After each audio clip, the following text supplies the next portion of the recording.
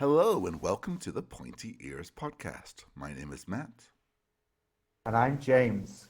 The new battle scroll for Galette in October is out, and we are itchy nuisancing to tell you all about it. And you can tell that took us 3 takes already. All right, so there's been some rules changes. Well, a rule change. And some massive points changes, which are absolutely amazing. Oh yeah, I like the points changes. I guess there's actually 2 rule changes technically because they've clarified a little bit about Zarbag's spell and no one cared ever. Yeah, did you ever take Zarbag? I don't Guessing even own no. the model. But he's good for Warcry. Anyway, that's another story. So the actual rule change, which again doesn't really matter, is that they've made the Arachnarok Spider with the Spider Fang War Party a battle line choice.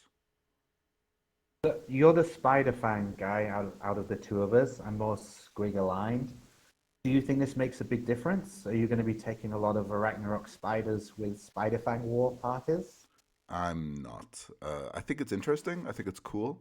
But this is not something that's made for competitions. Just for narrative play. Narrative or not even that. I think it's just for casual play. Like just 2 pals and yeah. I don't know. I don't think it's very strong. But there were some other changes in the battle scroll before this. So the first one we've got the light of the bad moon battle trait. So we're replacing the old effect with frothing zealots. If a friendly moon clan unit receives the rally command while it is affected by the light of the bad moon, you can return one slain model to that unit for each 4+ instead of each 6. Yeah, and Is that as, that's a super good ability, isn't it? yeah, I was going to say, is that as exciting for you as it is for me? Yeah, I mean, I think the first thing you think of with Moon Clan is you think of your stabbers and your shooters, which, yeah, it'd be cool to like rally back up to like 30 of a 60-man squad of stabbers, but people forget that Moon Clan actually applies to a lot of the Squig units as well. Yeah, there's 2 Squid guys. Yeah, I think that's really the best part of that. Trogoff's got an extra save. They add one to save rolls instead of getting a re-roll on their regeneration ability. But the moon is quite unreliable, right? So how are we going to make this more reliable? What's the last rule? Well, that's the actual best part of that change from the previous battle scroll was how the bad moon is now the light of the bad moon now applies to every unit wholly within 12 inches of the Loon Shrine. Well, not every unit, just Gloomspite Gitz units. Which is important because of the fangs of the bad moon. It's not like if someone charges your Loon Shrine, you can't start bringing down the fangs. But that's really important for a reason I think we'll discuss later. Yeah, I mean, I love it. It's all about reliability. Like you always have it in that area, and with the size of the shrine, like it really makes a huge difference, and even from turn one. But I guess we're going to talk about that later. Yeah, absolutely. But for the rally ability, at least, it means that if your unit has taken a lot of casualties, you can just bring them into that shrine, use that 4-up rally, and bring back a whole ton of them. Yeah, and that especially helps against things like an Alpha Strike shooting army on the first turn. Yeah, big It's time. not Big so time. bad. All right. Well, what about the points changes? What units saw some points changes? Shooters and stabbers, a little bit on each. The shooters got the bigger points decrease. Um, why do you think that is? Well, shooters weren't really a very popular option before. 140 for basically 17 shots because the Webbers don't actually get the bows. It's it's pretty mad. Shooters are like they hit on fives and fives, but they get +1 to hit if they have 15 models. Um, yeah, they just weren't very efficient at 140 at all. But with -20, 120 for 20 models that shoot and have a debuff like built into their kit, I actually am really excited about that. Yeah, me too. As well, just because I'm pretty sure that's our cheapest battle line unit outside of the Spider Riders. Yeah, that's correct. It's good. It's good if you're not taking a Spider Fang General. That can really help out if you're tight on points and just trying to find that last battle line unit. Totally agreed. Next unit that got a points decrease was the Mangler Squigs. This is the non-hero option. I'm excited about this, but I'm less excited because of the loon boss going down. I think we're in agreement that we'd pretty much always just take the loon boss for the heroic recovery and the command ability. Yeah, and I think that's going to be the same thing for the next one on the list, which is the Skitterstrand Ragnarok, which is also the non-hero version of the Ragnarok. It doesn't have any goblins on top. This is the one that can sort of teleport across the battlefield and come in from reserve. But even at 160 points, the main problem with this, it's on a huge base. So you can teleport to about 10% of the battlefield because everywhere else is probably covered. Yeah. Dankhold Trog boss went down 20. I think that's just good for the Trogoff guys because he's kind of attacks, so just getting 20 points off. But it's not a game changer, but maybe they can fit in a little bit extra. Yeah, agreed. What about Scragrot? I've never played with Scragrot, but often I make a list and put him in, and then I think, oh, is it worth buying the model? But have you played with him? What do you think about that? I think he's really interesting, actually. His spell's really good. His shooting's kind of interesting. And he's the king. He's awesome. I really like his ability to bring in extra command points. And we talked about reliability of the moon. He brings that. Do you think it's worth giving up, because he has to be your general, is it worth giving up some of the command traits? I know some of them are quite good, especially like Fight Another Day. They are. There's a lot of really good command traits, actually. Even just Master of Magic. But it depends. It depends on how much you are relying on moon reliability. It's actually always an option to take him as a non-general. If you do that, then you just forego the ability to control the moon. But you get everything else that's in his kit. Oh, cool. After that, what I'm so excited for, Web Spinner Shaman on a Ragnarok Spider down 20. That's huge, because he's such a buff to all of the other Spider Fang wizards as well. Yeah, biggest part about him is he gives +1 to cast to all Spider Fang wizards wholly within 12, which is just compounding with all the other bonuses to cast we can get. Yeah, you've got +1 from Loon Shrine, and if you're casting Scuttle Tide, you've got another +1. Yeah, I think it's really incredible, and having that get a reduction is just making every spider list that much easier to attain. And speaking of spider lists, Spider Riders down 10. But they were perfectly costed at 100 points. They were perfectly What's happened costed. here? I'm actually really shocked about this. But then, honestly, the biggest surprise of the whole lot, and one of the larger changes, Squig Herd down 20? I mean, that is huge. Initially, I was kind of surprised because Squig Herd got the points reduction, but not the Squig Hoppers. So I don't know if that tells us something about our current battle pack and them being Galatian veterans, but I mean, it is massive. Like, the Squig Herd, I think, were kind of already underrated.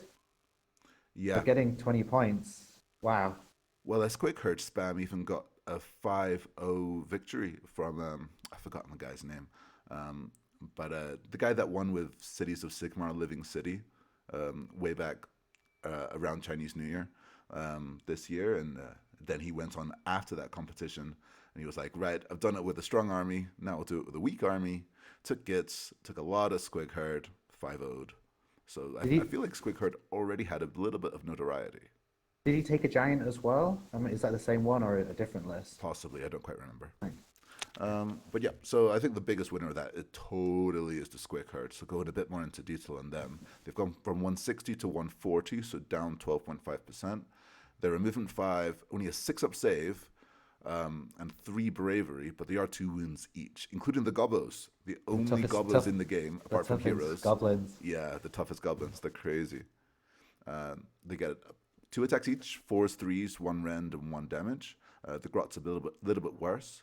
And they do re-roll runs and charges, so they're not that stuck in one place. They're quite maneuverable. Yeah, and it's nice. You get your rerolled runs and charges, you get into combat, and then your first casualties are going to be the same guys that got you into combat, those Squig Herders. Yeah, exactly. But then with that low bravery, do you think that's a super big problem with these guys?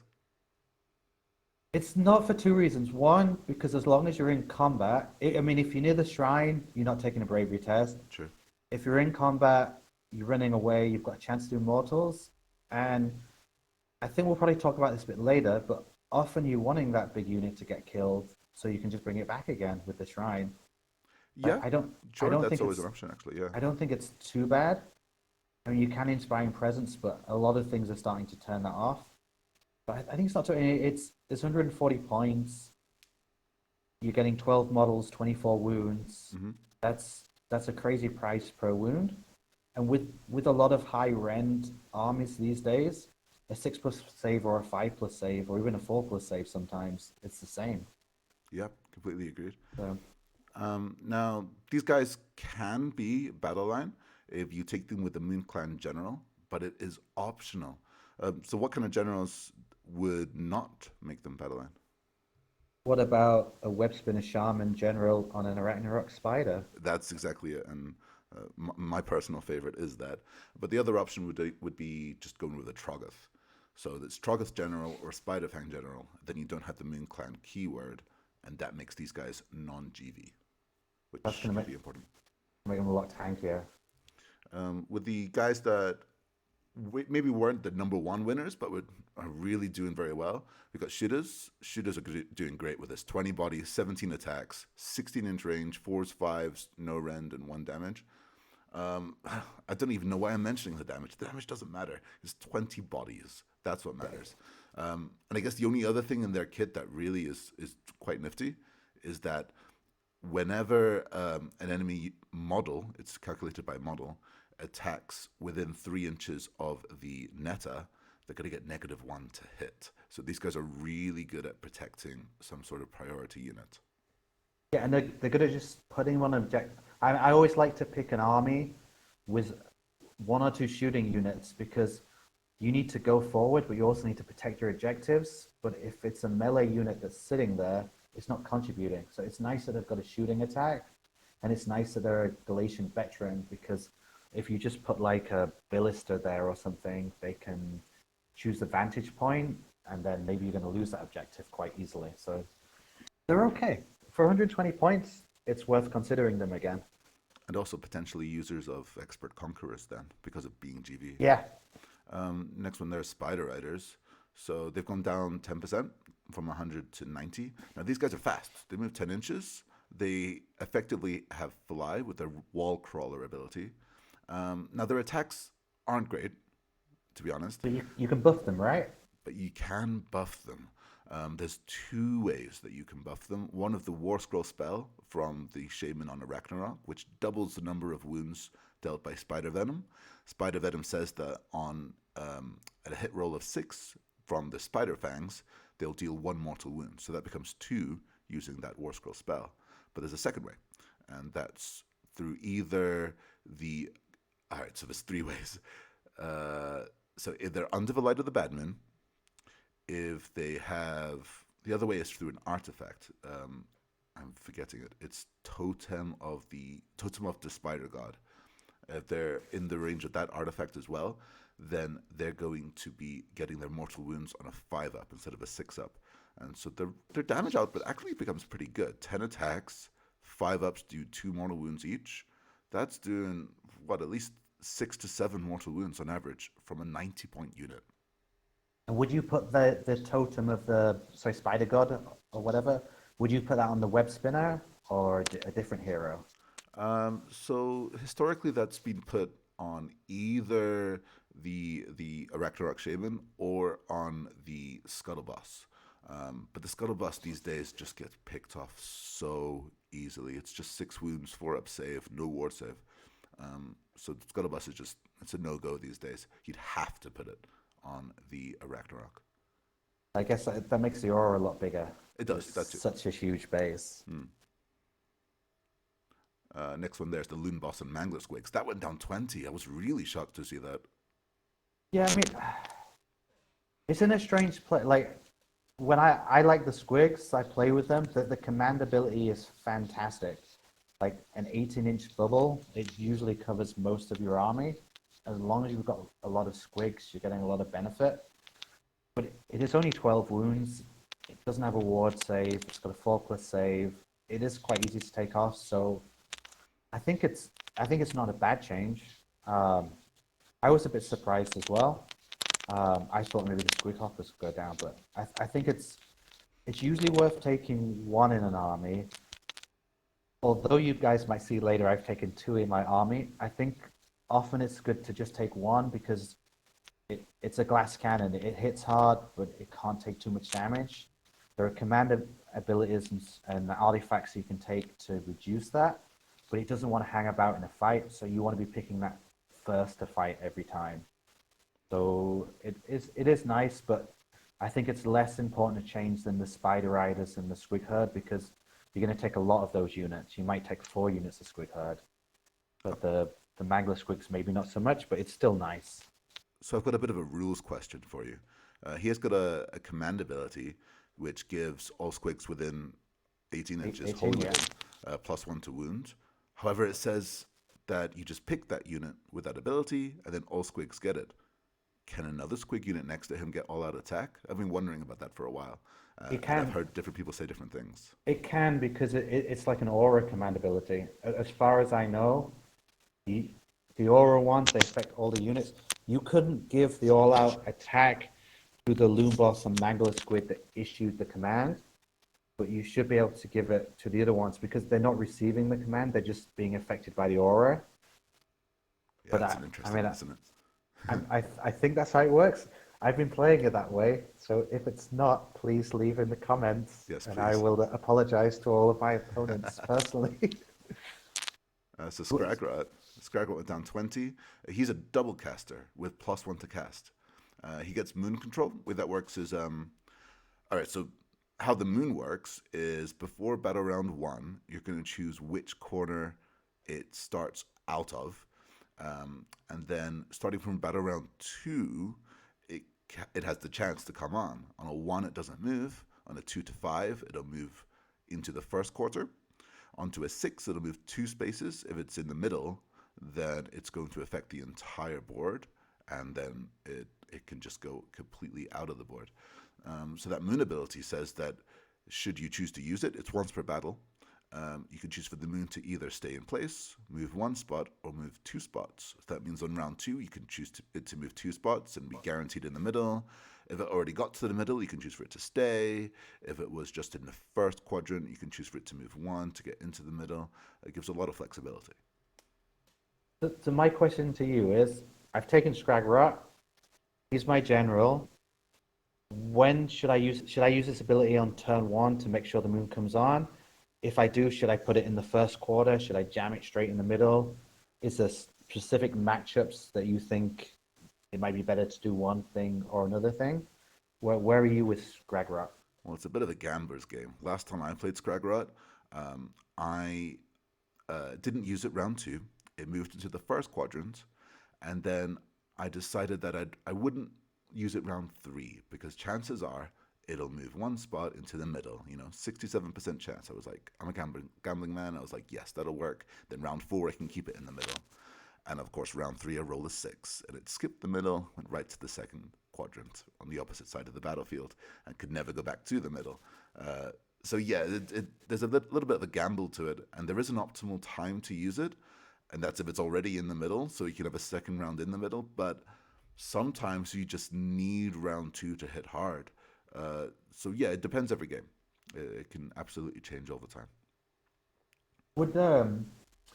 Would the faction, like the sub-faction that you're leaning into, change it a bit? Because I'm thinking maybe if I had a squig, if I was more squig aligned, I might want to put it in the middle sooner so I can get that run and charge and get stuck in quicker. Yeah, I think that's actually the big one. The other models, the other sub-factions, apart from Moon Clan's 4-up rally, I don't think they care quite as much. Like, it takes Spider-Fang, for example. They have the alternative ways to get that 5-up to deal mortal wounds. So I don't think they care quite as much. I wouldn't necessarily take Scragrat with spiders. Yeah, it's kind of tough. I guess if Scragrat is the general, so he's using his ability, then you're going to be taking a few less squigs. Yeah. because you won't have any battle lines. It's a bit of a toss-up, I guess. He does have some other uses apart from the moon stuff, though.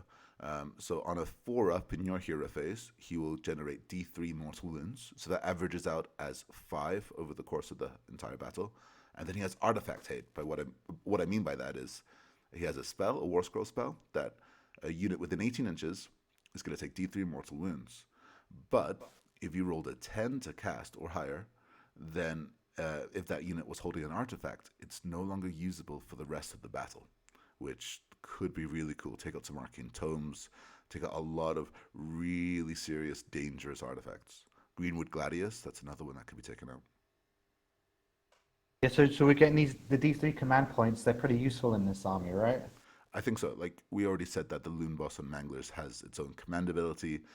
There's a lot of units that have command abilities because this is such an old book, and that's how they were writing leaders at the time. Yeah, I mean, we kind of benefit a lot because we're getting a lot more command points in this edition, but with the older book. That's true. That's one of the nice things about our change to 3.0 is we're getting the command abilities to use all these things. You know, we don't have to be using all out attack. We could be using our specific command abilities. Like the Loon Boss has one, Loon Boss and Manglers, the Loon Boss and Giant Cave Squig, Scuttlevoss has one. I could go on and on. There's so many. Yeah, I know when I play the Squigs, I'm just going through them. Yeah. So quickly. But yeah, that's a good change. It's not all doom and gloom. And then the Ragnarok here, last one there is the one we sort of already discussed. Okay, so moving on from there, the meh ones, the ones that really no one's going to care about. Now, the guys that like Stabbers, they will like it, sure, but I just don't think they're good enough still in this meta. Maybe after we move on from Galad, but for now, I think just going down to 140, you're just going to get killed by bounty hunters still. Yeah, I don't disagree with that. I think sometime I had a battle recently where I took a double reinforced units of Squigs, and I knew it was going to die, and I was okay with it dying because I was like, I can bring it back. And my only problem was it wasn't dying fast enough. Okay, that's interesting. So sometimes it might not be so bad. Like I think this is a unit if they don't have bounty hunters, it's got a lot of wounds. It doesn't have as good a saves as the giant, but you're paying around the same points. Especially now, it's 420 points for 3 units. Yeah, where it was Even in a giant, 450 before. Yeah, 72 wounds. Is my math right? 72 wounds. Oh, for Stabbers, 60 wounds. No, sorry, for the Squig herd. Squig herd, double reinforced. Yeah, that's 72. And yeah, they're the same price as Stabbers, so they're both gonna price out at 420 for a double reinforced unit. 72 wounds for the Squig herd, 60 wounds for the Stabbers. 60%, yeah. So I think it's just so many wounds. I like the Squig herd better. I thought that's what we're talking about, but the Stabbers, the -1 to hit. Yeah. That is a great ability. That is cool. Yeah, that's hard to sniff at. Yeah, we've already discussed for the non-hero Manglers and the Skitterstrands and why they're bad, and we already talked about how the Trog boss. I think it helps. It helps Troggoth lists a little bit, but how much are you really buying for those 20 points? I don't know. Yeah, I mean, they would rather have -10 points on one of the battle line. That'd be Troggoth units. That'd be much more difference. I mean, sometimes the troll lists take up to, let's see, like 8 or 9 units of trolls, so that adds up to 90 points. You know, that's a Purple Sun, or that's a Madcap Shaman, or something like that. That's a lot. But on the same hand, I think recent results that the Troggoth side has been the stronger, especially even like Troggoth with Kragnos. So I think it's not so bad. I think it's going to raise the other sub factions are getting raised a little bit, but I think it's okay. Yeah. All right. Well, let's move on to our first list, and the entire concept behind this list is about abusing that 4-up rally. And so the main question is which unit makes the biggest use out of that 4-up rally, and I think you'll agree with me, James, that it would be the Squig herd. I mean, it says biggest winner right next to all the pictures, so I does. don't know how I would not agree. Hence, spoilers, yes. So as a starting place for this army, let's just start with 2 double reinforced units of Squig Herds, so that's 2 units of 36. Now that's 144 wounds, and they get a 4-up rally, assuming that they're under the light of the bad moon. As someone who often plays Lumineth, I mean, that fills me with terror. I'm dealing mortal wounds, but not that much damage output. There's pretty much no way I could get through that many wounds. Yeah, I really think that this is interesting just to have insane mid-board control. And if they're in a losing combat, all you have to do is retreat out of that combat and throw in your rally, and then you're golden. Yeah, I mean, it's all about, I mean, if you're within the shrine, you're not going to lose too many for Battle Shock. If you're out and you lose to Battle Shock, you're going to do a few mortals. But you still want to stay close-ish that you can do that retreat and make sure you're within the shrine to rally, unless you're gambling on the moon. So you kind of want them within, like, they've got a move of 5, so keep them around 14 inches away if you can. That's possible. That's one way to play them. I would maybe not be doing that. I would be considering just marching them all the way up and fully banking on the moon getting to be in the middle. Or you're playing like you're playing like a real Gitz player. Yeah. But one problem with this is that you've got 2 large units of Squig Herd, but what if they both need a rally at the same time? I mean, the way I'd play it, I'd make sure to leave one within the shrine most of the time. Unless you've got a really compelling reason to leave that shrine. One of them you can send out, you save that command point, you make sure you don't spend that command point on anything. But the other one, probably hold it back. Okay, I raise you're keeping one Squig Herd back with an actual way to rally both units twice. Tell me. So double rally in your turn and theirs, and that unit is the Secret Tech, a killer boss on Corpse Ripper Vulture. Now, this is another unit that got point reductions in this battle scroll. It's gone from 240 down to 220. You can ally it in from Cruel Boys, and the whole reason you do that is because his ability, Commanding View. Now, Commanding View means that you can use the same command ability more than once in the same phase, as long as this unit issued the command. And so he's going to be able to actually rally all of those Squig Herds, both units, in the same turn. Crikey.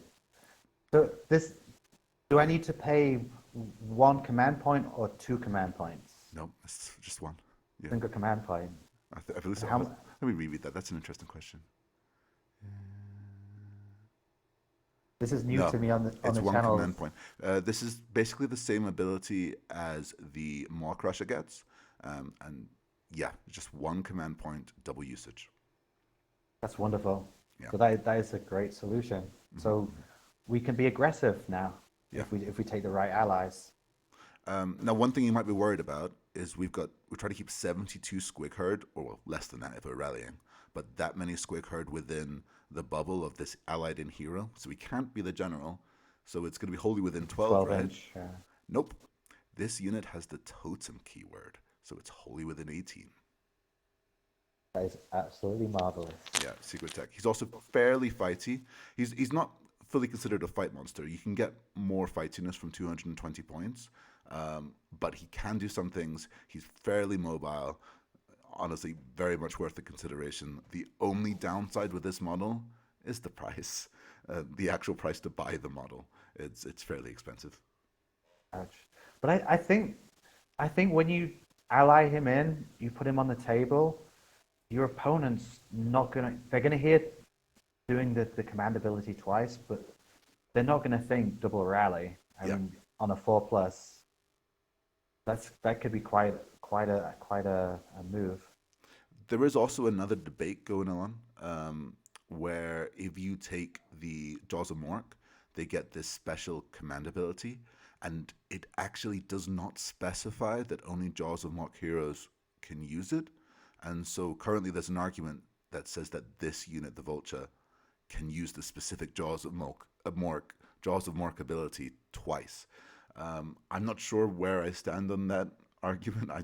I think rules as written, yes, but I doubt any TO would agree to it.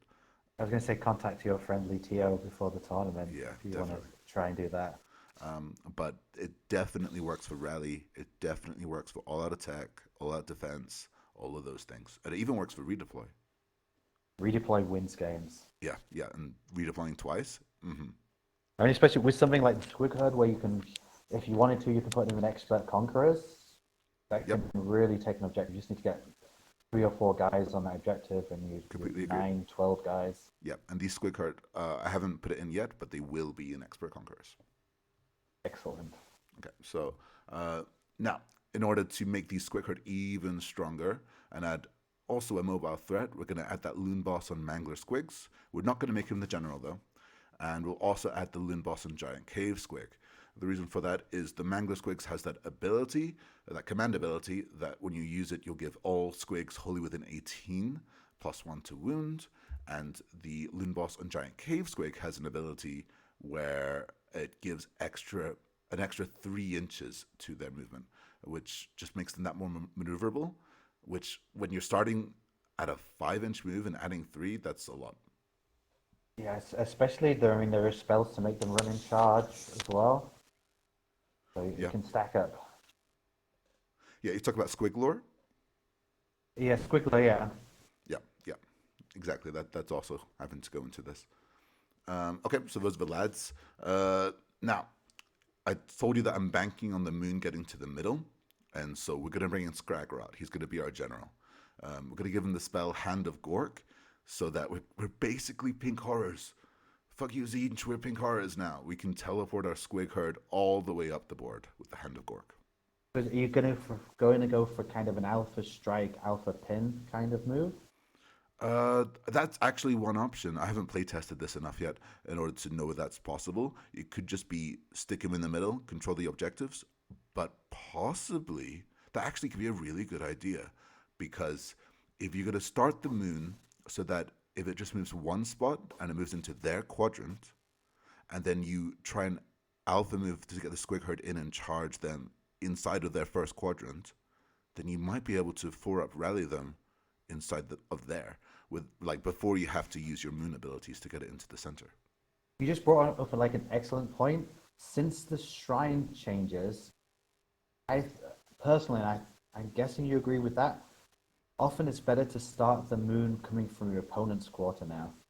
Yeah, that's exactly what I think. Normally, I would have started, like before this change, I definitely started so that my wizards would get the benefit as soon as it came on the battlefield. Now there's no need. Now I want it on their side, so they'll get -1 to cast, so that they'll be hit by Fangs of the Bad Moon. And if I'm playing aggressive and trying to get into them, then my units are going to get the benefit over there.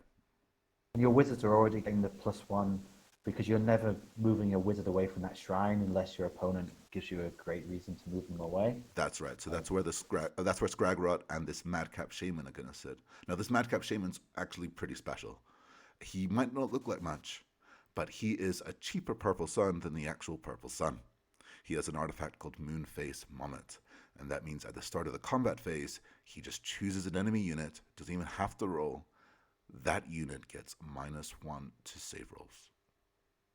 I've used that once before with trolls with their 2-rand, and Yeah, it's pretty tasty. It's pretty tasty. That would work. So I said we can pink horror with the Squig Herd, but instead we can actually roleplay as the previous spell singer Warsong Revenant when he was able to purple sun through the trees, and we just teleport our Madcap Shaman up within 12 inches. We then use his spell Itchy Nuisance, which is a spell which gives fight last, and then in the combat phase we choose you to have -1 to save. Or you could even just also take the Purple Sun, teleport the Madcap, use the ability, and cast Purple Sun, -2. Double effect. Yeah, that could be really powerful. That would give the Squig Herd -3 rend total on a lot of attacks. I mean, this is kind of an eye into how I guess we would like to play the Gitz, where we're looking for kind of Johnny-ish combos. Yes, and I think that's absolutely the way to play them in order to take them to the next level. Excellent. All right, so that's the Hand of Gork. Just brought that up there. And this is Itchy Nuisance and Moonface Mommet, all really powerful spells and artifacts. Okay, now the rest. How are we going to fill up the rest of the list? I said a lot of attacks from the Squig Herd. Best way to get extra attacks is by using a very cheap unit, a crazy cheap unit, the Sneaky Snufflers. Now, these are almost as cheap points for wounds as the Squig Herd are, because there's 75 points for 12 wounds. They're also 2-wound models. Really cheap, but what they're really good at doing is they can give up their movement in order to give a unit +1 attacks, and this combos really well with the Squig Herd, but also with the Loon Boss and Mangler Squigs, as that's a hero with 4 weapon profiles, so each of those weapon profiles will get +1 attack. They're an excellent unit to put in the shrine as well, because they're not moving very often. Yeah. So it just makes the aura a lot bigger. Yeah, that's interesting. I never thought of that. That's a good one. I choose to believe that the Squig herders are very tough because they're herding. They've got 2 wounds. But for the Snufflers, I choose to believe that 1.5 wounds is the little Snuffler Squig, and then it's just a very weak goblin that's got a small pet. I could definitely see that being the case. Also adding at this point, we're going to bring in shooters. James mentioned earlier that they're now the cheapest battle line option. And so that's what goes in here. They can just be your backline, hold whatever objectives at the back, defend your wizards from any sort of invasion, anything coming in from reserve or teleporting. And they still have a shooting attack to help deal with something from range without having to leave your priority targets. And not everyone's going to know how feeble their shooting attacks are as well. Just Exactly. 20 archers. Just tell them, look, I've got 20 archers, and they're just going to have thoughts in their head of 20 sentinels. I hope, at least, anyway. Apart from that, we're also bringing in the Scuttletide. Now, I really thought about this one for a long time. I settled on Scuttletide because there was room for it in the list. But another option here was Mork's Mighty Mushroom. And my thinking for both is that I'm having this huge, very wound-heavy battle line. And if I add some sort of movement control, if like this area control of either the Scuttletide or Mork's Mighty Mushroom, then it would just compound with that so well. So Mork's Mighty Mushroom works that you put it down, and then every shooting phase, it's going to hit basically every model within, I think it's an 8-inch range. Whereas Scuttletide's actually predatory. It's moving 6 inches a turn, hits 1 unit, but then every unit that ends their movement within 6 of it is going to take mortal wounds again. I think I like the mushroom. The mushroom dropped a huge amount of points. If you've got the points, I kind of like the Scuttletide because I think a lot of Gloomspite Gitz lists, they're going to have a high amount of drops. For a melee army, so your opponent, if they've got the choice, often they're going to give you the first turn. They don't want to be double turned, and with squishy, so it's good to double turn you. The Scuttletide, I think, is a little bit more defensive. Like if you get it off, it's harder to dispel, so you can rely on it a little bit more, and you can kind of put it just in front of your army. If they're moving to attack you, they're going to take a lot of wounds coming in. But I don't know how you feel about that, Matt. I think that's a really good point, that in the first turn, it gives you something to do, other than just moving up the board. So yeah, that's a great point. So with battalions, I decided to put the Squig Herds and the shooters into Expert Conquerors, and then I took Warlord for the rest. Now the Warlord let us put Arcane Tome onto the Loon Boss and Manglers. This isn't the only artifact option. Arcane Tome's a very good one. You can take either Flaming Weapon or Squig Lure. So Squig Lure is going to add even more maneuverability to your Squigs. But Flaming Weapon also works really well on your balls and chains. You're going to get 7 attacks. Getting an extra damage on them is pretty good. The other option, though, there's actually something called the Clammy Cowl, which you can take. And that gives enemy units -1 to hit it using melee weapons. Yeah, I mean that's a good artifact. You've got. I guess we can mention it a little bit later, but you could also give him a different command trait if he was a general, but he's not going to be a general in this list. Yeah. But have you thought? Sometimes I put Itchy Nuisance on the Mangler Squid because he's kind of in combat. He benefits a lot from survival. But are you going to pick him for your first unit to attack in the combat phase and just try and wipe out whatever you're hitting with the flaming weapon. Potentially, I'm almost considering him to be like on the flanks. I've got the Squig herd covering the front lines, and then if I roll high on his movement, then I can just, pile him down the board, hit whatever I need to, and then in that case, I definitely would choose him first. Yeah, and that's 3d6 plus 3 if you've used the loom boss. Yes. And then maybe you can run in charge if the moon's helping you. Yeah, exactly. So there's a lot of Or things that squiggler. let him go a long way. Man, I'm really liking the kill boss on Corpse Ripper. Like I never thought about the 2+ rally before. That is Yeah, I think it's strong. really interesting. He started picking up some momentum inside of Big Y, and I think it's the Gitz turn. We're famous for using Cruel Boys models better than Cruel Boys do. Let's keep it up. Let's use every single war scroll in that book. I mean to put it in context, the last episode of Warhammer Weekly, I saw people were saying 4+ rally is too strong. I probably agree with that. And getting 4+ rally twice is mind blowing. Yeah. Wow. Just to think like how much of a swing that can be is like really terrifying. All right, so this is one way to play the list. I think this is a very Pink Horror-esque way. It's very much controlling the midboard. Another way to play this list, though, and again, before I'm actually going ahead of myself. Sorry. I'll get to that in a second. I wanted to talk actually about the points total here. So this unit, this army comes to a total of 1995. If we did take Mork's Mighty Mushroom instead of Scuttletide, would be 30 lower at 1965 and have a very strong chance of getting the Triumph. Right. So which Triumph would you take? As Gitz, I actually almost always take the 3 Inspiring Presence one, especially when I've got several units that need it, such as Squig herds. Yeah, I kind of think it's the only one to take. The other one I would consider would be +1 to wound, which could, well, in fact, no, that's not even useful because we're getting that from, The Squig. No, it would be the 3 Inspiring Presence one. Yeah.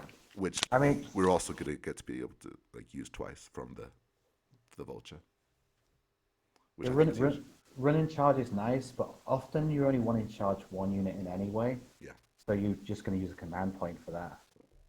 Yeah, I think so. Yeah, the reroll charges, I don't think it's as needed here. Yeah, sorry, we're not reroll relying on charges.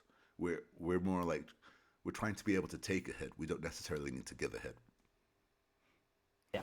Yeah, and we're also, I don't think we're not shy of commands, like command points. One of the main reasons I actually took Scragrot in this list is because I felt like I'd need more command points. I almost also took a Fungoid Cave Shaman. That would be the other option over the Madcap, because, I could take Monk's Mighty Mushroom, and then I have the points to take the Fungoid Cave Shaman. He also generates CPs. He'll generate just 1 on a 4-up, so an extra 2.5 over the battle. And that way, you've just got so many command points to use the Killer Boss to do rallies and Inspiring Presence, to use the Mangler Squigs, to use the Giant Cave Squig, use all of these commands that you want to be using to win the game. I'm, as you know, I'm a big fan of the Fungoid Shaman. Yeah. I like his 4+ ward save. It's effectively double wounds for 15 more points. Yes. When he does the double spell thing, he doesn't take D3 mortals. I think the Madcap does. Yes. Are you taking the Madcap to fit in with the points? Are you taking it because he can take only the artifact? Yeah. Yeah. So the Moonface Moment is specific only to Madcap Shamans. No other unit can take it. So if you had the points and you didn't have an artifact slot, would you usually take the Fungoid?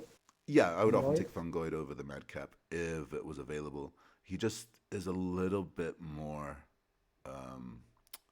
flexible. Yeah, I mean that artifact is wonderful. Yeah. So just because I'm taking the artifact, that's why I chose the Madcap. But I think the Fungoid is definitely a valid choice here. You would just have to bring the Scuttletide back to a Mork's Mighty Mushroom. All right, so here's a quick question for you. This list totaled at 1995 points, but that's after the point drops. What do you think it was before? I mean, I'm a terrible co-host, and I may or may not have looked at the slides. You don't know. Oh, that's true. Would you like to take your best guess?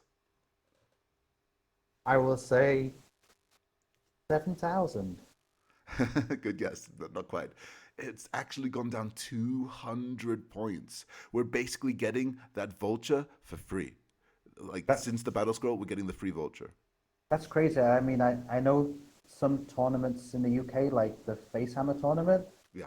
they gave comp out, but we're getting comp at every event in the entire world. Yeah. I think it's insane. It's a huge change. But this is a list that's trying to get the most out of that. You can see that a lot of our units, the Squig herds, that's 60 points saved each. The shooters are 20 points saved. The Mangler Squigs is 20. The Vulture is 20. Like, there's Scraggerod is 20. There's so many things. We're almost trying to make the most use out of the battle score changes with this list. And this might be maxing out the most that you can get from one list. I think it's going to be enough to get us in a good place. Like, I think at one point we were the lowest win rate percentage army. We went up quite a bit with the last change to the Loon Shrine. The But it last then time I saw fell it, back we down went again. down a bit. Yeah, we went down. But I think this might be enough to get us. I don't think we're going to be a Seraphon, Oh no. but I think we might get into a healthy place right now, maybe between 45 and 50%. I honestly think we were already healthy. Maybe that's just my own personal bias, but I do think that Gloomspite Gitz is an army that suffers a lot from being the fun army, the army that so and so takes because they don't want to take the competition too seriously, and so they just want to play something that's fun and they're going to have a laugh and have a beer. And then they lose a bunch of games, but they have a great time. There's nothing wrong with that, but it affects their win rate. And that has led to this battle scroll, and I think it's time to cash in. For guys that are going to take this list seriously, not this list, but take this army seriously, I honestly think they're a contender. Yeah, I can agree with that. It's also a painter's army. Like a lot of these Oh, so models much, are yeah. new, they're gorgeous. You can the Games Workshop style is fantastic, but you can really go out on a limb. You can do the M&M style squigs. I know you've heavily converted your Spider Fang Oh yeah, yeah. groups. My Squig herd are spiders. Yeah, they Yeah, all have 8 legs. I mean that's awesome. But yeah, I kind of agree with you. And I usually play squigs, and there's a lot of auras in squigs, and you kind of want to play quite technically with them. Yes, I think so. Which doesn't really pay into the kind of player that just wants to have a beer. I mean, I love that player. I think the community needs that player, and I really don't want to be sounding like, oh, it's all because of those guys. We need those guys. They're brilliant. I But mean, I just think it's had an effect on the um, the stigma around Gloomspite Gets. you're right. I generally play elves.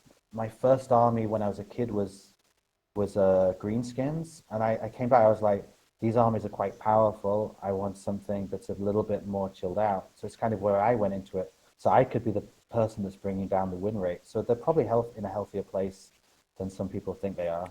Yeah, that's what I reckon. Okay, so shall we take a look at the second list? I said we were role playing as Zinch's pink horror list.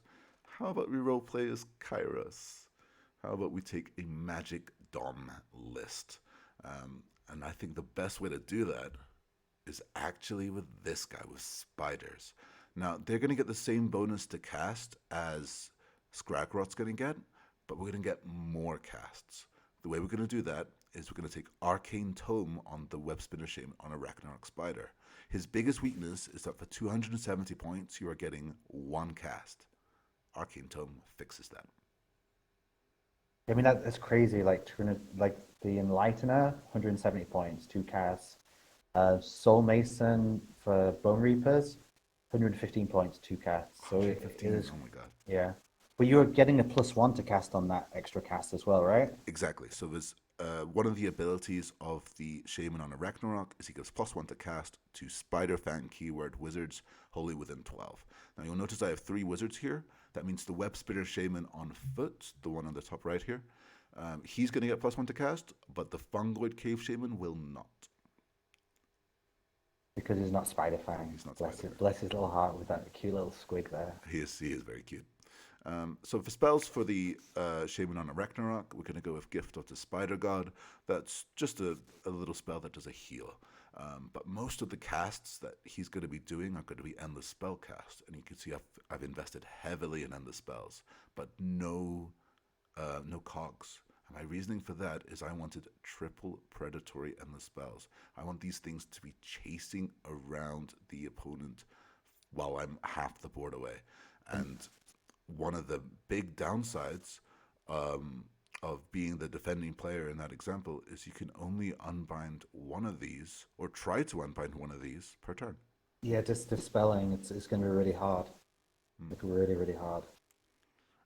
And the QSS and the Jaws, I believe they're both on 6s, so they're not too hard to dispel, but Scuttletide's on a big 7, same as Purple Sun, so it's no joke, and people always tend to go for the Scuttlitide first, unless they're running like a Sigvold or something that really wants to be rolling ward saves.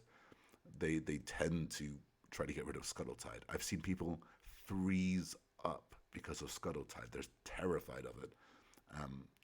And they just can't unbind it because they can't roll above a 7.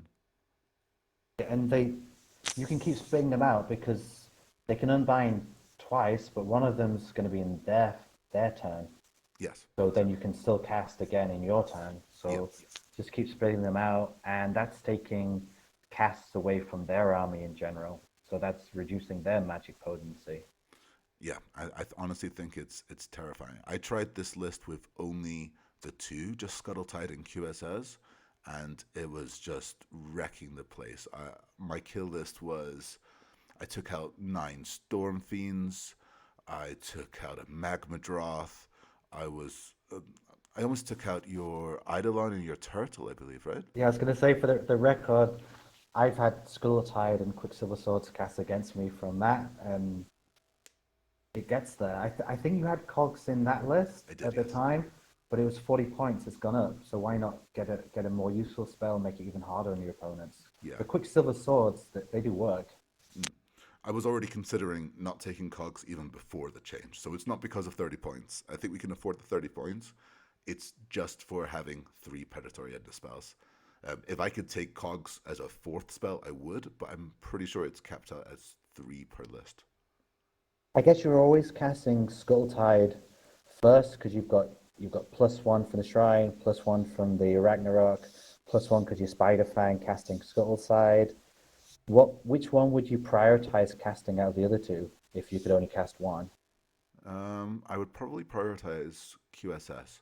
That's because with the Jaws, when you cast it, you get a reroll on the 3d6 movement. So if they're a little bit closer, I've got a stronger chance of being able to hit them on the first turn. Whereas with QSS, it's from the back of the board, it can be a long journey. So I'd rather get that going. But definitely turn 1, I'm probably trying to cast all 3. The Shaman on Foot spell is going to be the QSS, and the Fungal Cave Shaman spell is going to be the Jaws. Or whichever way around, it doesn't matter. But I'm definitely going to use the 3 wizards to cast the 3 spells.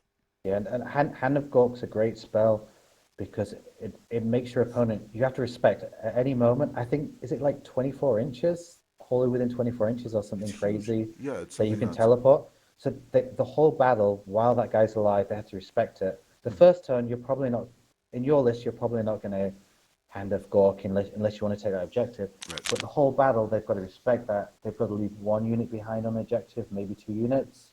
So it's a massive like strategic thing, even if you never cast it. Yeah, and that's a lot of the concept behind this list, is that it's trying to weaken the enemy army without fighting it. Using those spells, using the threat of Hand of Gork, they're split up, they're trying to dodge, duck, dip, weave, dip, and dodge all the way around all the endless spells. It's just making them a lot weaker. But there is something that they're going to need in order to... Oh, I'm going too fast again. I'm forgetting about my other spell on the Web Spinner Shaman. Sneaky Distraction. Sneaky Distraction is amazing. Now, people normally take this on the Ragnarok, and I think that's totally valid. But those guys also tend to be a bit more aggressive with their Ragnarok. For me, it's a support piece. I tend to put it on the Web Spinner Shaman because I don't mind losing it. I don't mind running it up the battlefield and holding that aura. Sneaky Distraction is a large aura giving -1 to hit for enemy units. And if you've still got your shooters in this list, so that'd be -2 for those at least. Sure, if I was running those, I won't be. Spoilers. So I'm going to go to the next slide. So we're going to get cheap ass battle line, the actual cheapest battle line in the book. 270 points, and I am done. And this is not a sorry 270 points at all. I'm getting 3 units of 5 Spider Riders, each on cavalry bases, able to conga line. They each have minor shooting, and they each have the potential for mortal wounds in melee. And they're cheaper now. I can't believe they're cheaper now. These guys were already so good. They were getting allied into Perfectly Iron Jaws. costed. Perfectly costed. They're in Iron Jaws. They're in Big Wa. You're seeing them all over the place. Well, maybe not all over the place, but you're seeing it at least fairly frequently as allies, and now they're cheaper. Expect to see them much more in Orky lists, but in Spider-Fang lists, they're core. I'm bringing them in. Yeah, I mean they're wonderful. I mean you can put almost an inch between each guy, put his base lengthwise. Yeah, That's a hell of a screen for 90 points. This is the perfect screen. Getting 3 of them. They're mobile as well. They can just do whatever you need them to do.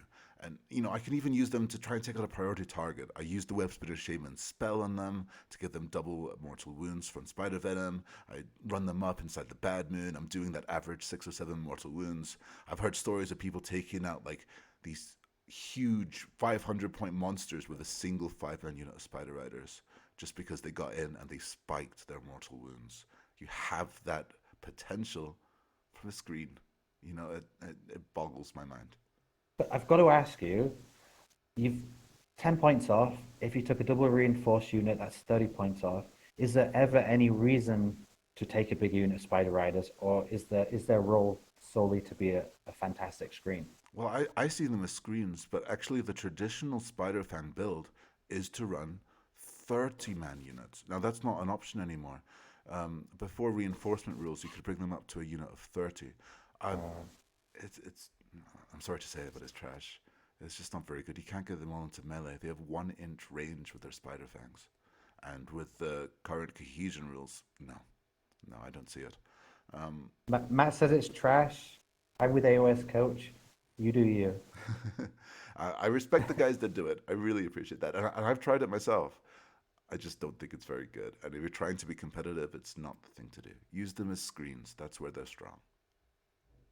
I think with Gitz, often it's good to try to be competitive because a lot of the armies are around the 50%. So if you're making your army stronger, don't ever feel like you're the bad guy that's teasing the game. You're giving your opponent a decent game. Like, exactly. We're still the underdogs, even when we're firing on all cylinders. But now we've got quite a lot more of a chance with this update. Yeah. The last 2 updates. Which is why I think abuse it now before our reputation changes. That's how I feel. But then I'm being overly optimistic, perhaps. So I'm going to bring in some more friends. So you'll remember that we had 72 Squig Herd and the Vulture in the last list. Let's bring them back. Now we can't have 72. I'm going to bring in fully reinforced units, but they're not battle line this time, as I have a Spider Fang General. So I can only bring in 2 units of 24, but I'm going to keep the Vulture. I don't necessarily think 24 is a bad thing. I guess it's 26, right? No, 24? 24. I don't necessarily think it's a bad thing because if that unit gets killed, you get half of them back on a 4+. If it takes a long time That's where you're wrong. Because it's not. As my general does not have the Squig keyword, and this actually applies to the previous list too, you cannot bring them back from the Loon Shrine. It's the Squig keyword that allows you to do that, not the Moon Clan keyword. For me, I shorthand it because I always play Squigs. Yeah, exactly. So you can't bring them back. I can only bring back Shooters, Stabbers, or Spider Riders from my Loon Shrine. So that's a shame. But honestly, I've never made that roll. I either forget about it, which has happened to me too often, mostly because I'm running Spider Riders, so who cares about 3 Spider Riders? Or I just miss the roll. I roll it and I roll a 3. It's a weird place, right? It's the end of your turn. End of your turn. So yeah, that's like the worst place. You'll never remember it. 'Cause If it was at the start, great, but no. you're doing your battle shock. Your battle shock's pretty important for Gitz. Where don't you use that command point? Yeah.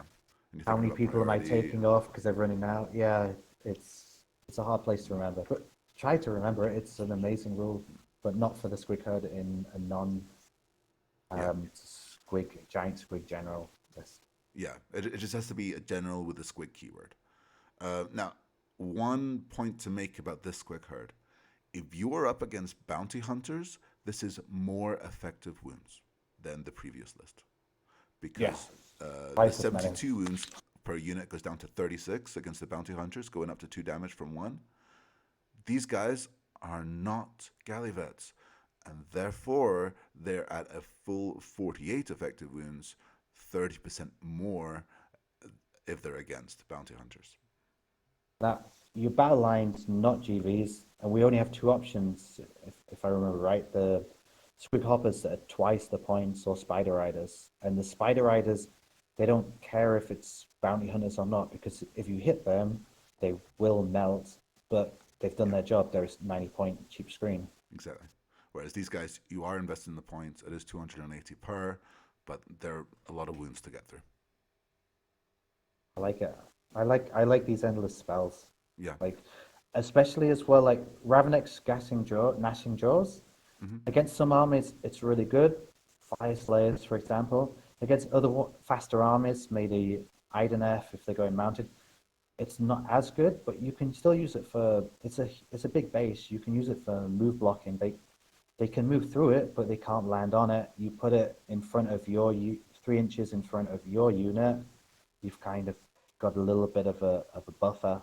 You are giving me PTSD right now. I remember trying to get Chaos Knight bases past that huge Ravenek's Gnashing Jaws thing after you placed it right in the middle between these two terrain pieces. It was horrifying. Yes, it's hugely effective. When Matt says PTSD, he means pre-traumatic stress syndrome, because he was playing with the new unreleased Slave to Darkness leaks book. Oh yeah, which is It great. still works. It's great. It's brilliant.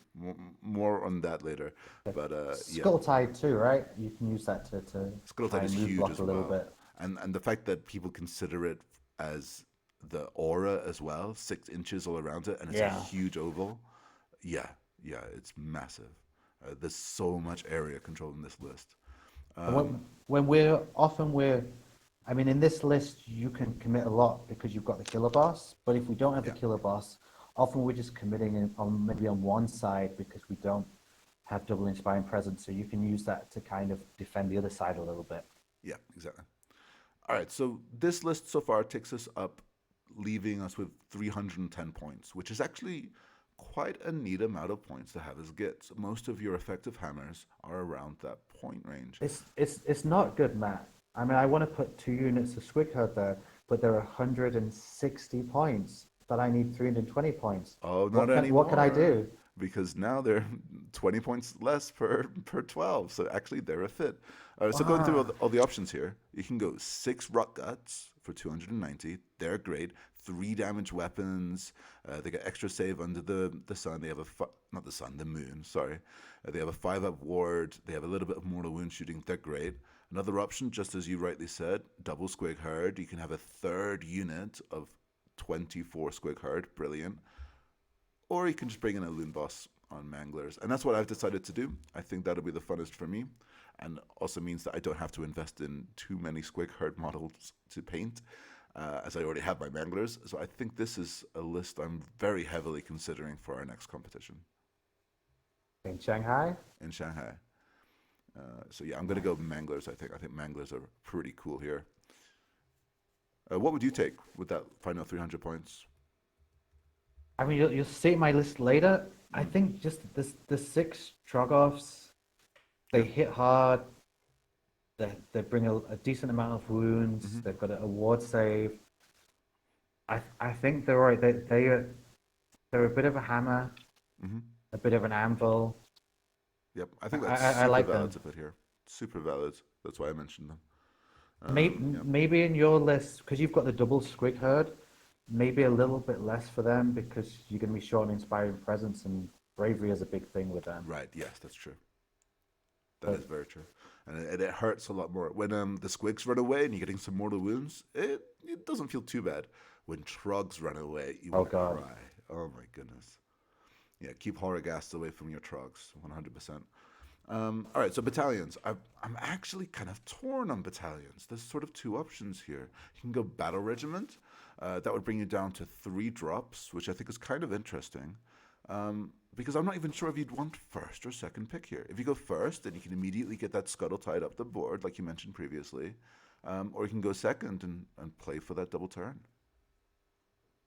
I always like to go second with a melee army, Mhm. unless there's a compelling reason to make me not go second. Yeah. Just But because, battle regiment gives you the choice, right? yeah, that double, yeah. Actually. With 3 drops anyway. But the other choice would be to go Warlord Bounty Hunters. We don't have the option of Expert Conquerors here because all of our battle line are non-GV, but we can go Bounty Hunters. But the Squig Herded Bounty Hunters, they're going to do a fair amount of damage on their attacks.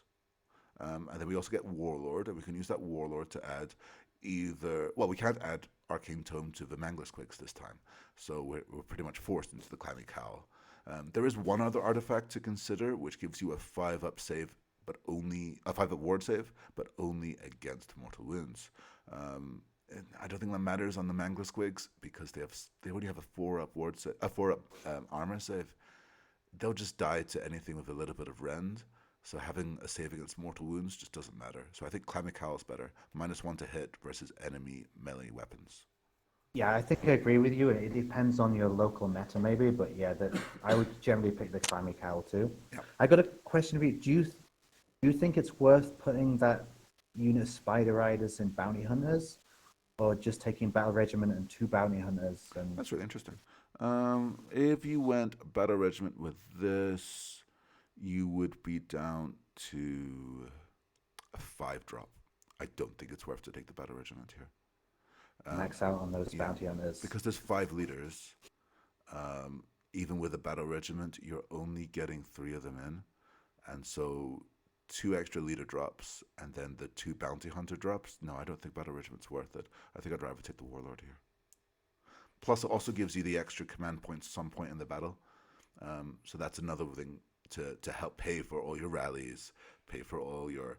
Because I'm taking the Manglers, take that extra wound, +1 to wound command ability. I think it's important to take Warlord here. That probably cost you about 2,129 points. Oh, okay.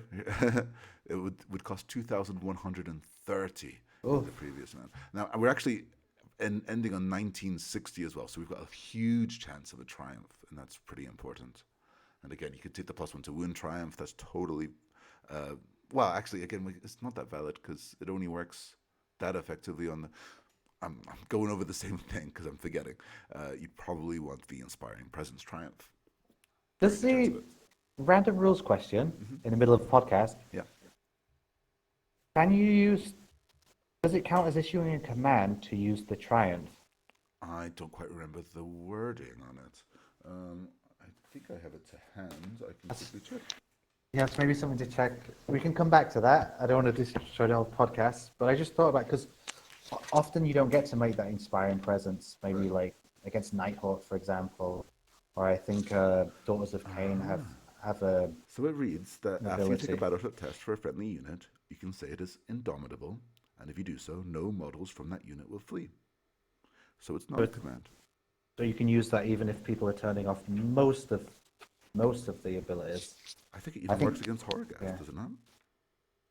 Yeah, I think it does. I think Horrorghast is no Inspiring Presence. I think some things say no Battle Shock ignoring abilities, but most of them are just no Inspiring Presence.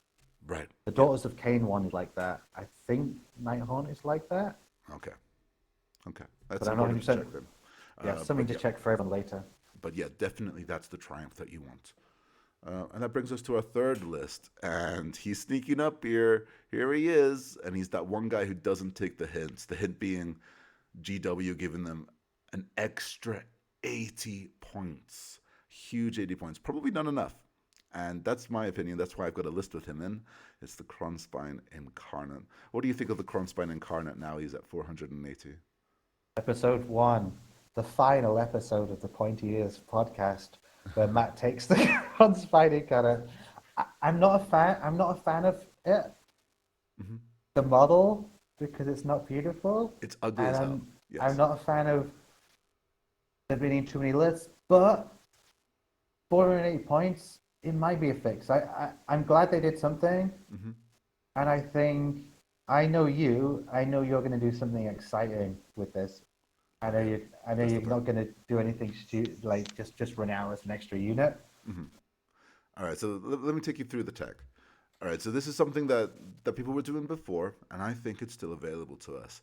This is the list of combos. So the total cost of this is, quick math, 750 points to get the full Cronspine stuff. So it's actually more expensive than Kragnos to get this whole thing together. You have to take Horrorghast, you have to take a Madcap, you have to take 2 units of Sneaky Snufflers in order to make this work. I think Kragnos mainly benefits Trogoffs for Gitz, right? Anyway. He does, yeah. Well, he'll come up later. Oh no. Yeah, I've got a Kragnos. Not on this list. Okay, so the combo works like this. Let me just see. Here we go. So if you look at the next slide there, what's going to happen is we're going to kill the Madcap that's bonded to the Cronspine, and he's just going to forget all about the Madcap, and he's going to go chasing that Horrorghast. That's the plan. So This is yeah, the reason for the plus 80 points. yeah, yeah. So So what's that going to do for you? what's it going to do? That's going to make it so the Cronspine considers considers all of our units to be enemies, and that means that the Horrorghast is an endless spell summoned by an enemy wizard because he considers our wizards to be enemies, and therefore he can eat it and level up. That's the main reason. He also gets a bunch of other things like reroll charges, I believe. I'd have to double check. It's absolute word salad on his war scroll. You can charge the endless spell. You can charge the endless spell, so you can even use it to increase just how far you can get up the board on your first turn. Yeah. If anyone's seen Apollo 13, basically that you're piling in around your endless spell, eating it, maybe getting into combat with something you wouldn't have got into combat with. You could do something like the endless spell only getting like 3 inches away from the enemy unit. You charge the endless spell, eat it, pile in 3 inches, and get all your attacks in to that unit that was out of charge range previously, and then you do all your damage, and now they can't retreat because you're the Cronspine. You've got an extra attack because you just went up a level. Yeah, extra attacks to both of your weapon profiles. It's done. Games Workshop, we have a problem. I don't think it's fixed. I don't think it's fixed at all, especially in Gitz, which I'll get to later. But yeah, so the way that this is going to work, the way we kill the Madcap, is the Sneaky Snufflers have this little mechanic which is meant to stop you from buffing a unit too much, but it gives you the option. So normally they'll give an extra attack to a unit's weapon profiles, but you can stack it. You can do it a second time. You can give a unit +2 attacks. I want to do that every time, Matt. Why wouldn't I do that every time? You would take 2d6 mortal wounds. Oof. Yeah, 2d6 is right there. Boom. Now 2d6 is almost definitely enough to kill the Madcap Shaman. But just in case, you should definitely use his ability to cast an extra spell once a battle, but you'll take d3 mortal wounds. You should just do that anyway, because then you get 2 spells. So you're using his drawback as an advantage? Oh, yeah. Do you play magic cards by any chance? I do. So that's the plan. We're going to kill him off with that. Oh, I skipped too far. And then that's going to let us do everything and just ruin people's days. And the Horrorghast is, the reason we go Horrorghast and not other spells here is because it's a casting value of 5. It's almost a guarantee that the Cronspine's going to eat it. It might actually be a guarantee. Yeah, you roll 3d6 against it, I think. Yeah, you're almost guaranteed to eat that. And you don't want to fail because you lose a level. But it's not all roses. Maureen, Madcap Shaman's wife, Sally the Gobbo, little Fred the Peck Squig. They're gonna be without a. They'll forget him in no time, I'm sure. Father figure. He died doing what he loved, taking lots of mushrooms. That is true. All right, so how are we going to fill out this list? We've just spent 750 points on this Cronspine setup, so we need the cheapest yet strongest core to a build. I think the other things are far more expensive. If you go Moon Clan, then you need your 60 units of stabbers. If you go Troggos, then you have to have multiple units of 6 rock guts plus a very expensive general. The cheapest core is spiders. And then this core is super cheap. You're just adding the Shaman on a Ragnarok, a Web Spinner Shaman on foot, and then 3 units of Spider Riders. And this is coming to like 650 points or something. Add 70 for the Scuttle Tide, and you are dancing. This is brilliant. Yeah, I like that. I mean, there's not a lot of wiggle room there. I guess the only wiggle room is the Mangler Squigs. Yeah, Mangler Squig's definitely not needed in this. I don't remember if I even added them to this. Yeah, there's no Manglers. At least yet. Hold on, did I add Manglers later? I did. I'm forgetting. So the way I decided to, yeah, you looked at the next slide and I forgot the next slide. So whoops, sorry. But what I added next, I was thinking, right, I've got 2 units of Sneaky Snufflers. What do I do with them? Who am I buffing? Because they can't buff the Spider Fang. Best thing for them to buff? Squigs. Yeah. Yeah. Yeah. Bring those Squigs. Yeah, they're cheap and they don't need a lot of support. They've already got the support from the Sneaky Snufflers. If you try to do it with stabbers, you'd have to bring extra things like a loon boss and all that stuff, and they're more expensive. Take Squig Courage, take a Mangler. That's it. That's what you need. I would like to point out I didn't look at the next slide. Oh. As a regular Lumineth player, I approach the edge of the realm with Hish. I see. Some people don't return, but if you do return, often the ability of ESP is given to you. I see. For the Lore Masters. It wasn't cheating. It was just elf magic. Got it. Nah, I cheated. Okay, battalions for this. Main one that comes to my mind is the same one as last, Warlord and Bounty Hunters. Taking Warlord gives you... that brings me up something else I forgot to mention. Oh, no. Wait, hold on. That's another list. Too many lists today. So we're getting Warlord. Where did I put that? Where's my extra artifact? We've got Master of Magic Arcane Tome on the Ragnarok. I guess, yeah, artifact has to go on the Loon Boss. That's the only option here. So the same thing, you're going to go Climby Cow. I've not written it down here, but you're going Climby Cow. Yeah, it's a good one to go with. Yeah, and then you just put 2 units of Spider Riders and Bounty Hunters, and then your Squig Herd as well. But this isn't, I don't think this is like super optimal necessarily in terms of battalions. So you could just go Battle Reg and have a 3-drop list. And definitely don't put the moon-faced mummet on your Madcap Shaman, even though you've got an extra artifact, because it's not going to last very long. Yeah, he's not going to give anything -1 to save in this game. Well, unless you teleported him and just let him get killed straight away by the enemy, but they're not going to want that. But yeah. I like that. It's a really interesting way to get the Cronspite going. So I've got my Cronspine, I've got my Madcap Shaman, I've put my Cronspine right next to my Spider Riders. I'm killing my Madcap Shaman. Good strategy? I think so. Within 3 inches of my Spider Riders? Oh, I see. You mean, you're talking about the no retreat thing. Yeah, no, you definitely want to have your Cronspine far away. Well, further than 3 inches away from your stuff. It doesn't have to be that far, actually. Just further than 3. That's what matters. Yeah. You can move him. You can move him away.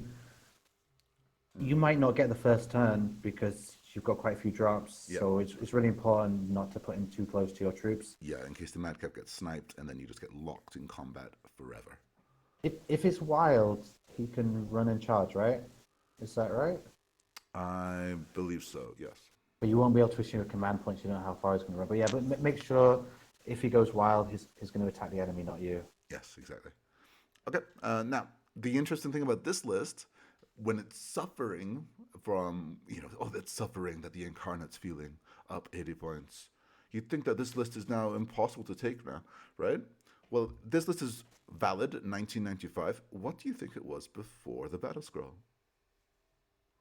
Well, the realm of fish tremored throughout my mortal form, and I would say around 2025.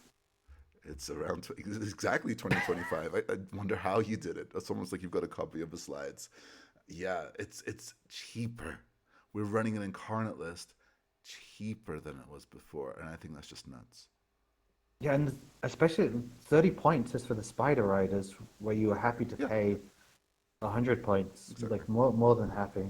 Yeah, I think this is just insane. I'm super happy to be playing this list. This is my other very strong consideration for the next tournament. Um, I don't think I'm going to play 72 Squig herds. Not going to lie, I don't think I can source that many. Um, You but can I borrow, think this is you can very borrow valid. from me, mate. I've got 36. Oh, I think I might be doing that from you anyway. I might just run 48 from list two. But yep, I think this is a very strong consideration too. But yeah, this brings us to list four, which is actually your list. It's my list. I'm less experienced of a Gloomspite player than Matt, but I like my squigs, but I kind of want to defend the squigs because I've heard a lot of chat that the squig lists aren't great, but I generally play different factions. But every time I played them to kind of bring the power level down, but every time I've played them, I've been a little bit surprised, and I think I might play them differently to other people. Not that I'm winning any tournaments or anything. I'm definitely not.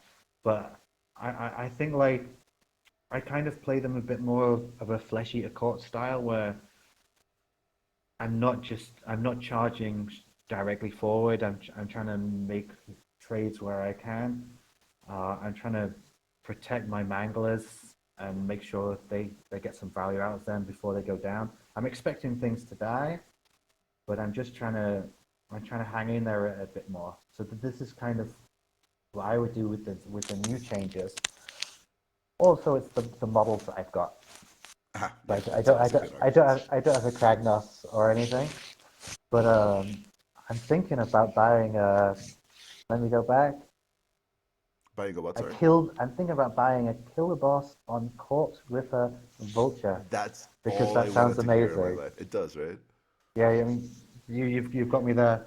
So I mean, part of the reason I try and play them quite cagey, I want to stay around the shrine, but we're not that tough. So I always want to just have either one combat or three combats in my turn Right. because I choose a combat, they choose a combat. If I charge with two units, likely one of my units is getting hit pretty hard. And I didn't know about this killer boss tech, which is amazing. So I kind of play like I've got one inspiring presence that I want to use. So I kind of like to go to double Mangler squigs because they never need inspiring presence. So Ah, yeah. That's another I've way of getting around it. yeah I've got my big squig herd that I can send out and I can use inspiring presence on that. Other things maybe are not needing it so much. Like the squig hoppers, I think they're very expensive. They're not. They get a lot of flack. I've expected them to be bad, but I've taken them because I've got the models and I like them and I've been trying to have fun. But like, you've got 10 squigs, you bounce over someone, that's on average 5 mortal wounds, and you haven't fought. And I can give them an extra 3 move from the Loom Box on Giant Cave Squig. I can run with them if I want to. Sometimes I can run and charge. They're not too bad, but they're quite they're quite tanky. They're 20 wounds, and people look at them, they think they're just going to run over them. But often they hit them and they don't. And they're also quite good at protecting your Mangler squigs because you kind of can put them around your Mangler, and you can make it so your Mangler is going to get in combat. If someone hits the squigs, they're probably going to kill enough that your Mangler can move in and hit them a bit on the strike back. Hmm. So sometimes you're getting hit, sometimes you're not getting hit. Um, I think with my command traits, I took fight another day. On a different one, I took the so that's you fight, and then you can roll 2d6 after you fought, and you can move that far. So as long as you don't roll a 3, unless you're in a weird combat, you can generally get out of combat so you don't get hit because it's a 270-point model, but it's 12 wounds on a 4+ save, which isn't great. And you want to keep your general alive. The same feeling with the Clammy Cowl. I've given him -1 to hit. I've tried to spread things out. So I gave the Loom Boss on a giant cave squig the Arcane Tome. And I'm not quite sure. I need to test more whether to give him Itchy Nuisance, because that's such a powerful spell, giving them Strike Last. But Hand of Gork, like I said before, it makes your opponent respect you, so they're going to bring less forces to bear. So where would you go on that if you had to choose one of them, Matt? That's a really good question. You said you'd like to play them a bit more cagey, play them tradey.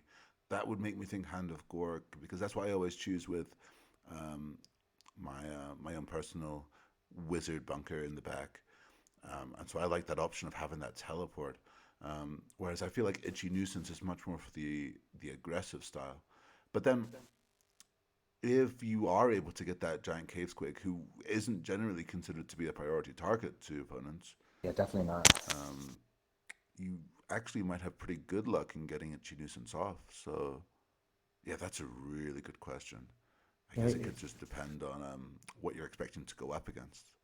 if you get it off, it's really powerful because you can, instead of just hitting that unit with one, you can hit it with 3 or 4 units, like 2 squigs and a unit of squig herd or something, and you're going to get your attacks in.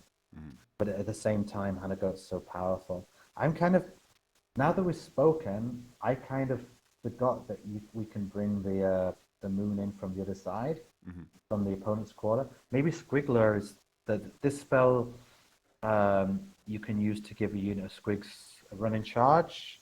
I think it's D3 units of squigs. Yeah. Or yeah, so within 18 as well. Maybe we don't need that as much with the moon, because I think we'll talk about it a bit later. But generally, we're going to be putting I at least will be putting it further forward than I used to be. Maybe drop that. But yeah, I think these are the 3 spells. You want to take 2 of them. I'm not quite sure which 2 yet. Matt pointed out. Tell them about the wizard command trait. So this is another tech option for a general Mangler. If you take the Arcane Tome on the Mangler, you're gonna get access to a completely different table of command traits, which is not normally available to you. And that lets you take, I think it's called Dodgy Character, I'm forgetting its name. But what it does is it makes your opponent re-roll all hit rolls against it. This is super useful if you're expecting to be up against long strikes, against sentinels, against bow snakes, all these things that are getting mortals and 6s.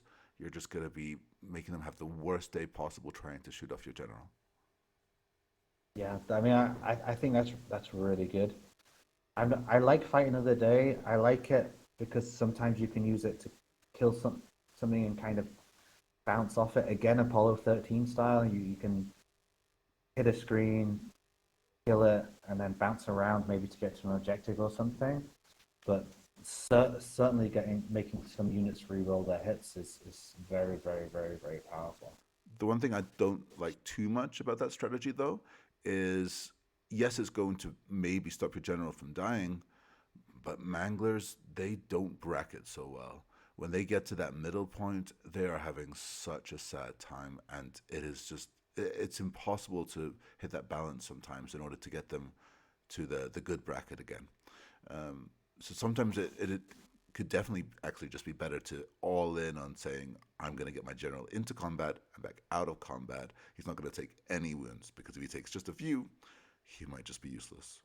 And it's a gamble. Sometimes you can make some crazy play. Like if the moon's up in the middle or Squiggler's off, you can move 3d6, run d6, or just use a command point to give him an extra 6. Use the +3 move on the K Squig. Charge another 2d6. Then after you fought, you can move another 2d6. You can get across the board in one turn, but that's not always useful because sometimes you're just in the wrong place and he's going to get killed. But every so often it's nice. Yeah, it's very matchup dependent. Very, very magical Christmas land too. The Troggoths are they've always been quite solid. Sometimes you need that rend. We don't have that many mortals we don't have that strong rend, so sometimes just getting that strong rend, big damage attack is quite good. Mm-hmm. And they're not GVs, they're not battle line in this, which makes them a little bit tougher than if they're an actual Troggoth list, which is a bit strange, but it's nice. Yeah, I find Troggoths, even when I don't invest anything into them, they overperform almost every time. And you're generally going to use your all-out attack on these guys. Yeah, they really want to be hitting on twos. Moving into the not wanting to fight too many times, I kind of like Squig Hoppers for this because they can do a little bit of damage without having to actually fight. I can just bounce over or bounce up to them and bounce back a little bit. I'm still working a bit of the screen. I'm doing a bit of damage, and I can also send a Mangler in there or a Squig Herd and try and finish that unit off. So it's nice to get damage from other places than combat in a squishy-ish army. Sure, absolutely. Snufflers, as you said before, that they're great. You're probably going to use them on the Squig Herd as much as you can because that's 2 attacks each, so it's over 100 attacks between if you've got 2 attacks each, you get them all in combat, and they're quite easy to get into combat because they're in 25 mil bases. So even when Bonds of Battle rotates, if it rotates, it's still like a viable thing. It's a lot of attacks. You get your Mangler Squig going off with the +1 to wound aura. If we're allowed to, we should check that. But if you're allowed to also give them all that attack, I think you are because it's an aura, but we should check that and leave it in the comments. Yeah, I believe you are. Then it's 108 attacks, I think, but I might be wrong. Oh, I think the herders get a bit less, so I think it's around 100 attacks. Herders are still 2 attacks. But it's still attacks, so you're going to be worse quality attacks. If you get them all in, you're going to be 100 attacks, hitting on 3s, wounding on 2s, 1 rend. I put these ones in bounty hunters, so if you're hitting it can do a lot. Extra attacks, yes. Yeah, I couldn't put them in extra conquerors here because I've only got 1 battle line GV. One Gallivant, yeah. But at the same time, you've got 36 guys. You're probably winning that objective anyway after combat. Sure. So invest in the damage. Yeah, that makes sense. Yeah, I mean, we need to play test these a bit to see how it goes, but I think it's a thing to try. Mm-hmm, mm-hmm. And I see you've also got the Trogs and one of the Squig Hopper units in Bounty Hunters. Yeah, I went for them because I'm not really using Battle Regiment, so I might as well use as many Bounty Hunter slots as I can. Sure. Warlord, because the extra command point, especially in Squigs, although do you use a lot of command points in Spider Fang too? Much less. That's like I find I'm using. Our commanders like run and shoot with attacks that hit on 5s and wound on 5s. So like, nah. Yeah, it's not the best. Yeah, I feel like the Squig side, using it to give +3 to run, +1 to wound. Often, if you have multiple combats on the Mangler Squigs, you might use all that defense. I would say on the Squig Herds and the Squig Hoppers, it's usually a waste of a command point to give them +1 to save. Sure. Okay. But they're quite heavy. Yeah, I think that's basically it. The Horror Gas, I would say take it or leave it. Less 40 points, 1,960, you'll probably get a Triumph, and that Inspiring Presence effect is a great Triumph, so it might be worth it. It might be the one time you can bring the wound one, because you've got Troggoths. Bringing them up to 2s and 2s, that's pretty fun. Yeah, I didn't think of that. Yeah, that could be a good one too. So Horror Gas, maybe a bit meta-dependent. Against some armies, it's fantastic. Against our army, it's very, very strong away from the shrine. Yeah. Against other armies, it's useless. So I think maybe meta-dependent. I put it in there as an option, but you could also take the Mushroom for 40 points. Mushrooms are always fun. If you've got a lot of hordes coming. And you have some pretty mobile wizards that can get up the board and then cast it. Scuttle Tide is good. It's a lot less reliable now. Previously, different lists because of the points, but I would have taken Cogs because unlike Matt's lists, Matt is getting +3 to cast. And reroll if I use the Yeah, yeah, and you're only getting +1 here. It's a bit of a risk, but it is a great spell. I think, and your opponents do try to unbind it very often, and it's quite annoying for them. So I think it's worth the risk, but maybe there's other things you could take in that spot. Sure. So I've got some slides here. Let me bring up that first slide. So just a few things. So I kind of like to use the squig hoppers as a screen, especially for my Mangler squigs, and I try and leave it so if someone charges the squig hoppers, it's going to force them to get within 3 of the Mangler. Wow. Okay. Yeah. Now the Mangler's only got a 2-inch range, but generally you're going to lose a few of these squigs because they've got a 6+ save. You can take off ones that are near the Mangler squid. You can also pile them in well. So you should be at least getting some of those Mangler squid attacks in. But you're protecting Mangler squid. Not many things are going to have a 3-inch range. And if they do, move the Mangler back a bit. Don't set up in this formation. But it protects it against most things. And it puts them in combat. And the Mangler hits hard, but it doesn't like being hit. So it's a good thing. You could do this with the Spider Riders too, obviously, not just the Squig Hoppers. But it's a kind of a good place to put your Manglers, because you want to get the most out of them, because although they're 250 points, it's still quite expensive for how easy they are to kill. Yeah, it's a really good tactic. Try and protect your guys and be able to trade back. And then the next slide I've got here, I've just kind of set up, this is kind of a standardish setup that I would put my guys in. Now it's going to depend on your scenario and what you're facing and so on. But the key thing here is I've tried to put it so everything is within the right auras. So I've got a Mangler Squig here, his aura is 18. If I get Alpha Striked on the first turn, I can pop his command ability to start the combat phase. The whole army except for the Trogoths, and I guess the Fungaloid Shaman and the Snufflers, but we don't really care about them fighting. They're all at +1 to wound. You can see I've got the guys at the back, the Snufflers, and the Loom Boss on Giant Squig. They're actually garrisoned in the shrine because we want to use their abilities. We want to expand the aura. So the Sneakless Snufflers, they can give +1 attack, but they lose their move. So we kind of want to get the most out of them as we can. So we can buff any of these units a +1 attack on the first turn.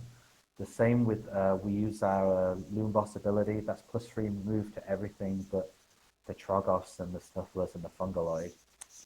So really works out quite a lot of auras, huh? Yeah, there's a lot of auras. So I think you need to play these guys cagier than it looks like. Like, I just want to bounce them forward and have my fun time, but you can get, if you play them a bit cagey, you can get a lot more out of them.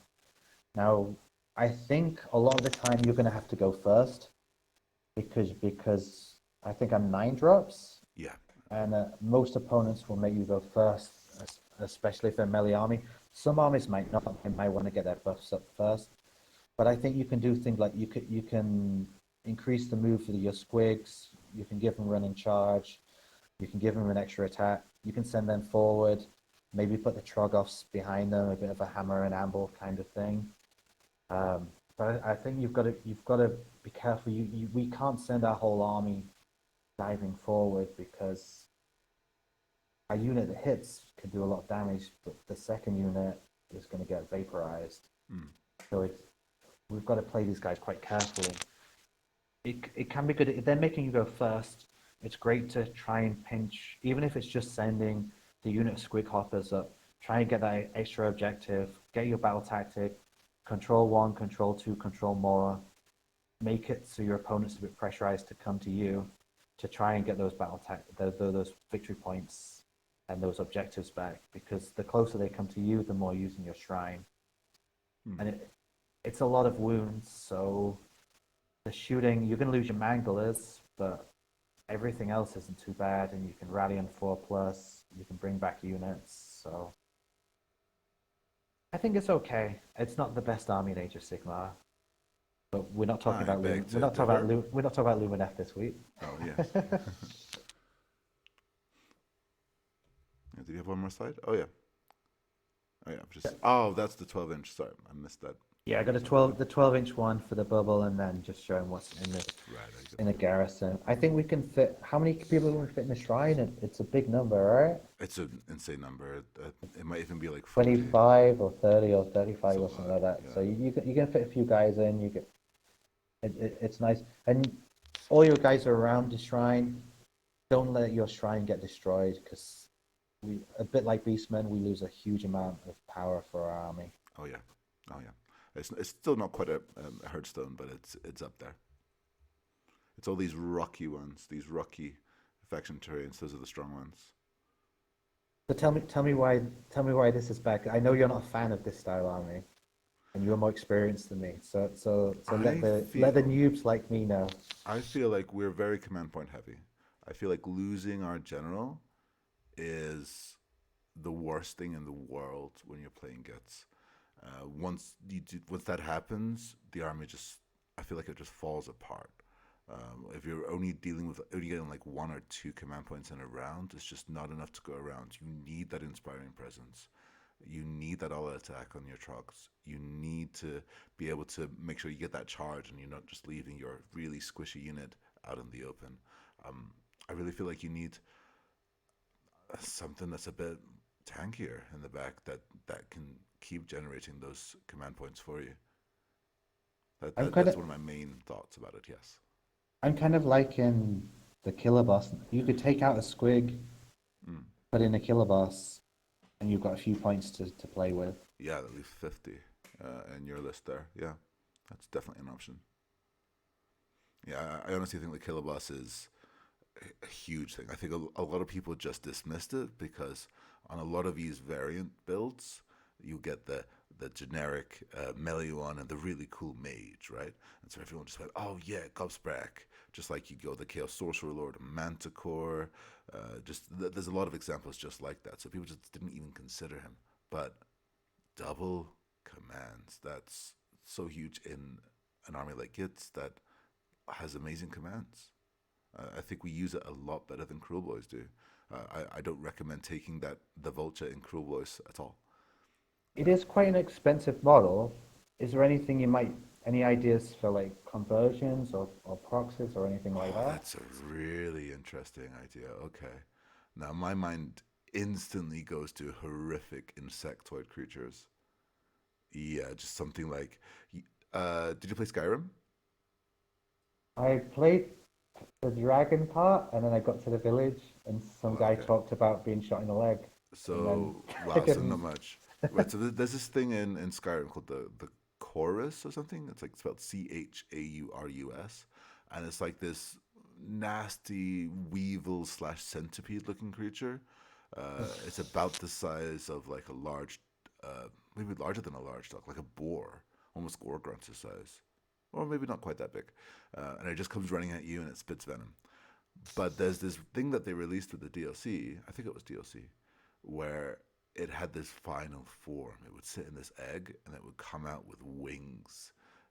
And it was horrific. And that's my first thought. If you could like get something that looks like that, using maybe like the Nurgle wings and some horrific insectoid body, that would make an amazing Spider Fang converted killer boss on Vulture. That's utterly terrifying. Yeah, that's where my Wow. mind goes. All right, I really want to say thank you to the guys that have listened this far in. We've got a little bit of a secret bonus list for those guys because there is actually a new battle line option to the Gits. I do not think this is a strong army, but let's just try and make it work. Why I do this? Because I you haven't can. seen this yet, Yeah, this so is a I'm surprise. interested. So let's instantly go in and just put in a bunch of these War Party Arachnaroks. These are not wizards. These are not heroes. Now, all the Arachnaroks get their own special ability. The one for the War Party is they get to re-roll run and charge rolls, and they get impact hits, basically equal to a stomp. So my thought was to make the most out of re-rollable charges on all your Ragnaroks. Kragnos! Use 3d6 charges. You would have run three Ragnaroks with War Party as our battle line. and they're going to get reroll 3d6 charges as long as they're around Kragnos. And it's almost impossible to get 3 of these around Kragnos in his aura, so they're going to be going in one at a time, most likely. We're then going to go with not Master of Magic. It is not an option. And the reason it's not an option is we're going to go with the Spider Fang sub-faction for once. I almost never take this because I really like going Master of Magic. I think it's an amazing command trait, and you want to get the really good artifacts, and it's not a good artifact that you get from the sub-faction. But it gets you a pretty decent what's called command trait. The command trait is Prophet of the Spider God. When you use it, for that turn, all Spider Fang units on the battlefield are considered to be under the light of the Bad Moon. So you're going to get those 5-up mortal wounds. And you can combine that with the War Scroll spell of the Arachnarok, so that those only 4 attacks, sad as that is, the 4 Spider Fangs attacks, which are D3 mortal wounds on a 6, become 2d3 mortal wounds on a 5 or a 6, which isn't that much a lot of the time, but it could spike. This is not going to be that competitive, but there's some fun that could be had with this. So I just want to say Gloomspite, which is a Moon Clan for genius. Is that what it is? I didn't realize you spoke Moon Clan. All right, so the artifact that we get from the sub-faction is Shaishan Spider Sigils. That is just going to improve the bravery of Spider Fang units near him and decrease bravery of enemy units away from him. Meh, whatever. We're going to go for Arcane Tome after taking Command Entourage. We can't do Warlord because we don't have a troop option, because we're going full bounty hunters on the Arachnaroks. So we're getting +1 damage.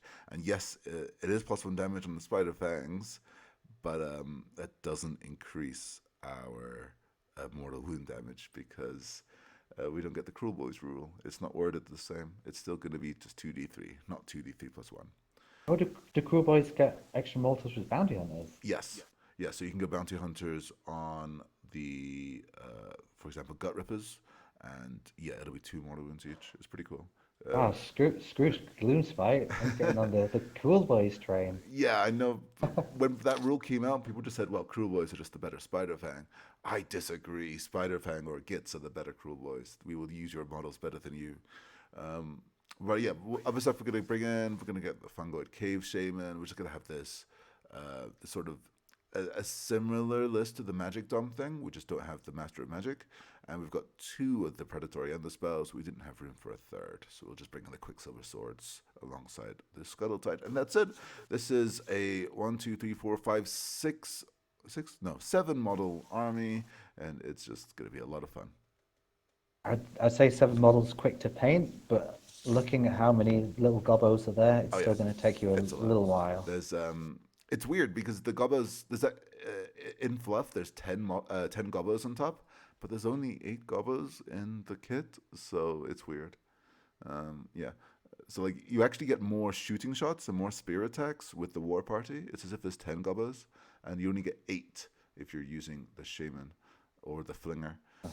But yeah, there's still only 8 up in there. It's weird. But yeah, you're actually still painting a good, let's see, 9, 17, 25, 33 gobbos with this list. So, and that's not including the heroes. I'm just talking about the crew and the shaman. It's kind of a cruel, fluffy list, but Kragnos has got 4 legs and everyone else has got 8. My Kragnos does not. My Kragnos is very much has 8 legs. Mine's built off of an Arachnarok. Ah, Yeah, love it. It's scary, very much. It's just in time for Halloween. So thank you for listening to the first episode of the Pointy Ears Podcast. We're very excited to be doing this. We hope to do a lot more deep dive videos on what I feel are underrepresented factions on YouTube. Daughters of Cain, Seraphon, Beastmen. No, Beastmen are probably quite underrepresented, actually. But yeah, it's been a pleasure. Thank you for listening to the end. Yeah. Godspeed. Yeah. Goodbye. Thank you.